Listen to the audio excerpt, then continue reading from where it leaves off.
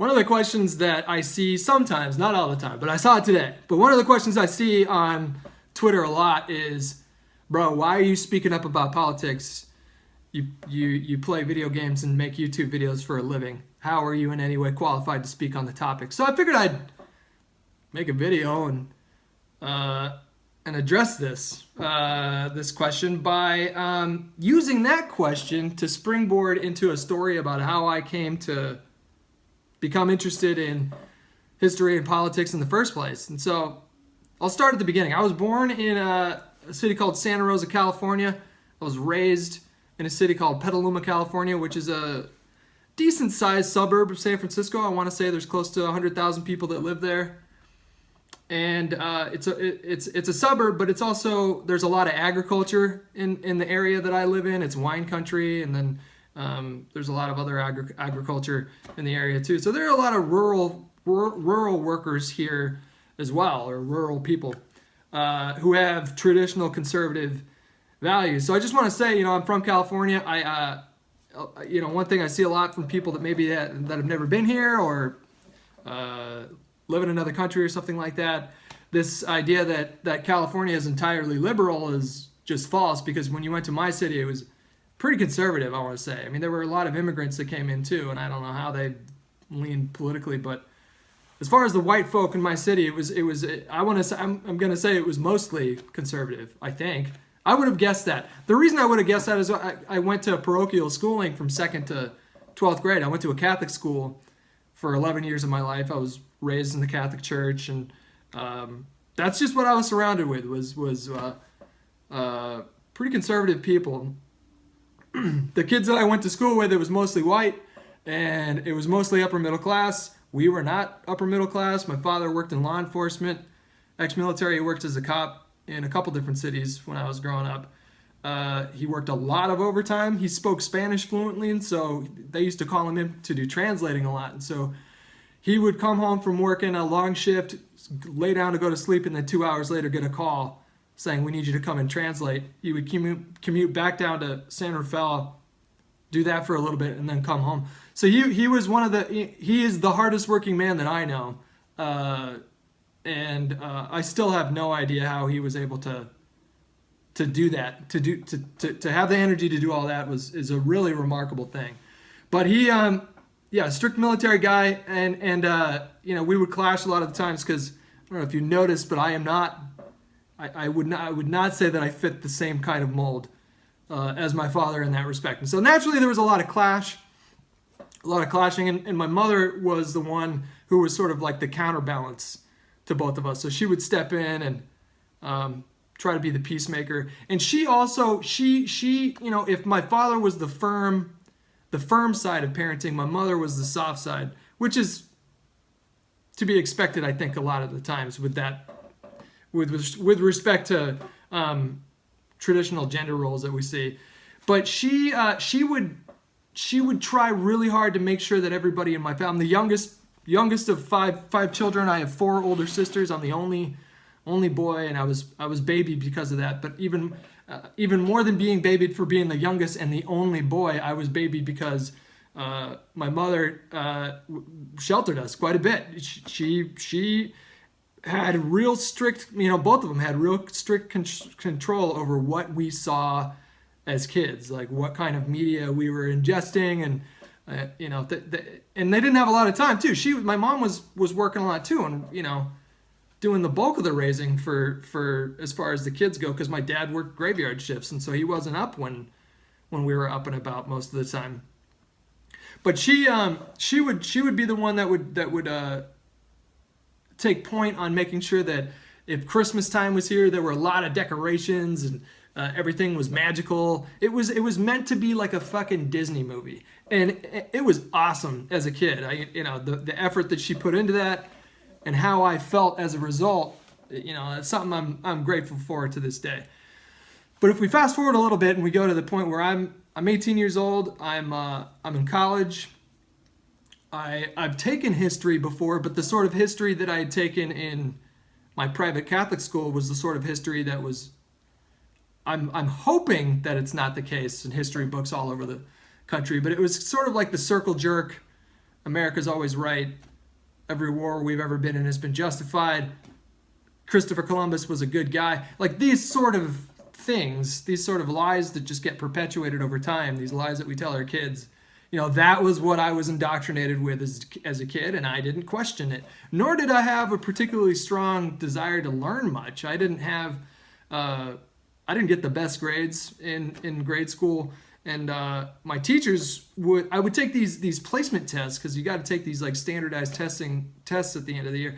I would take these placement tests, and my teachers would get so confused that they would call and have a meeting with my parents and sit them down and say, hey, your kid is testing in the 95th and sometimes 98th percentile in some of these categories, but he's getting like C's. So what's going on there? And nobody had an answer. And yeah, I mean, I get to college, and then I'm sitting in a sociology 101 class, which is essentially history. And all of a sudden I start learning about this really ugly side to American history. And it freaked me the fuck out. I had a real visceral response to the information that all of a sudden I was being made aware of for the first time in my life, to learn all these things, to pick up a book like Howard Zinn's People's History of the United States, God rest his soul. I miss that man. I want him back. And people like Noam Chomsky as well, who's a real controversial guy, but he's a genius. You can't really deny that when you hear him talk. The guy's a fucking genius. But I started getting exposed to these different historians and these different pieces of work, and it really shook me. And all of a sudden I had this really intense reaction of fear and like guilt and shame. Like mostly shame, because I felt like, man, I am a moron. Like one day I woke up and I'm a grown up. No one's telling me what to do with my life anymore. I don't have any excuses. Like, you can't control me, Dad. Like, that doesn't work anymore. Sitting in a dorm room by myself or in a classroom. They're not watching. They're not making sure I'm like going to class and doing everything. So like,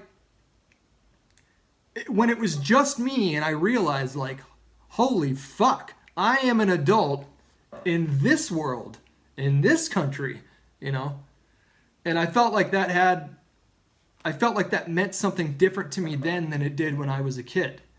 And I went through, I think, what is really a natural stage for a lot of young people. And I certainly see a lot of young people going through that stage now in college campuses, on social media, where you start to learn a little bit more about the truth.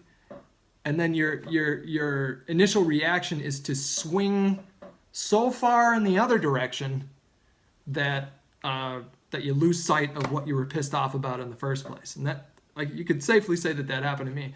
And then I ended up, I had to get to a point where I was, in my early 20s, and I'm thinking to myself, like, I am spending a lot of time reading up on the civil rights movement. Like, I'm spending a lot of time like reading's cool, and I'm not discouraging that, but I'm spending a lot of time doing this and not a lot of time spending time with my friends or my girlfriend or other people in my life, or focusing on hobbies that I enjoy, doing things that I enjoy. It was just this. I was just in my bubble, if I can use a phrase that's used far too often these days. I was super in my bubble and honestly scared to death. And so I had to eventually put it down for a little bit and focus on the things that made me happy, because otherwise I felt like I was just going to be a sick person my whole life. And so I think every once in a while it's good to take time outs, and that's what I did.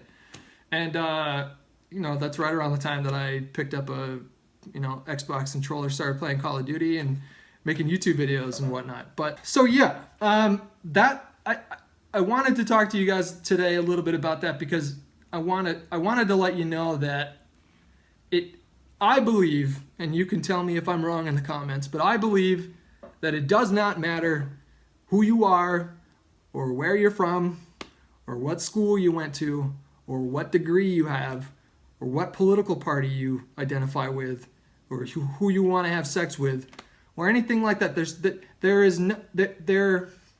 None of that matters in the pursuit of knowledge. So if someone tells you that you can't possibly be an authority on a certain topic because you work at Arby's, I just want to be someone that gets in front of a camera today and puts a message out there, particularly to young people, that it is totally within your capability to educate yourself on whatever you want to learn. There are some things that you need to go to a teacher for, obviously. Like if I wanted to learn martial arts, I wouldn't just, go in the living room and do karate chops at the air all day. I would probably want to go talk to a teacher. But as far as learning about history or politics, I don't think you need a teacher to do that. There are so many incredibly useful tools at your disposal now in the world that we live in now, where they make it so easy for you to just know something if you want to know something. So I want to close this out by saying that I have had so many productive and wonderful exchanges with people because of doing this, because of my job and talking to you guys, and the opportunity that you guys afford me has brought me, I think, like such a wealth of knowledge. I get to talk to people in Saudi Arabia. I get to talk to people in Germany. I get to talk to people in Sweden. I get to talk to people in Iceland. I get to talk to people in Brazil. And I ask them questions. I'm on Twitter like, yo, what's going on in your media today? Or the Philippines is a good example of something to follow. Like there's some crazy shit going on in the Philippines right now with their president sanctioning extrajudicial killings. You don't have to get a warrant. You can just kill someone who's a drug addict or a drug dealer in the Philippines. So that's just, and you can just go online and you can just learn stuff if you want, Yeah, I think that about covers it for today. I didn't intend for this to be a 13-minute video, but I feel like I want to speak up, because if you're the kind of person where you want to speak up on social media, or if you're out there in the world and you're greeted with someone telling you that you couldn't possibly know what you're talking about, that you couldn't possibly know what you're talking about, I'm telling you that there's nothing stopping you from just going online that night and looking up whatever that person accused you of not knowing about. You can empower yourself so easily these days. And that's one of the reasons why I have a lot of faith, actually. I have a lot of optimism for the long run when it comes to this country, but not a whole lot of optimism for the short run right now. And I know I'm not alone in that regard. But you guys, you young guys, I don't think that you're going to be facing the same kind of problems that my parents faced, or people slightly older than me, or even around my age. I'm not too much older than a lot of you guys, but old enough for there to be some serious generational differences in how we were raised. And when I look at you young people, even though you can be kind of an emotional bunch, which I am too, and it's totally perfectly normal to be more emotional at a younger age. Don't let the man fucking grind you down, man. Really, do not. That's one thing I want to. That's my main message. It's just like, don't let the man grind you down. If you speak and you're scared, like, speak anyways, even if your voice trembles. As long as you're trying to tell the truth, or as long as your goal, your end goal is the pursuit of the truth, then I think you're in the clear. And I just, I want to tell you that I support your intellectual growth. And I think it's important to get out there and not just give a fuck about Call of Duty. I love Call of Duty. I do. But I don't give a fuck about Call of Duty, if I'm being honest with you. Like, if another game came along and I liked it more, I would play that game. I'm not married to Call of Duty, and it's not something that I think about when I go to sleep. That wasn't always the case. Sometimes I did, but I don't give a fuck about Call of Duty in the long run. And I think that's a good thing, I would encourage you guys to not give a fuck also. That's my vlog. I hope you guys enjoyed it, and I'll talk to you later.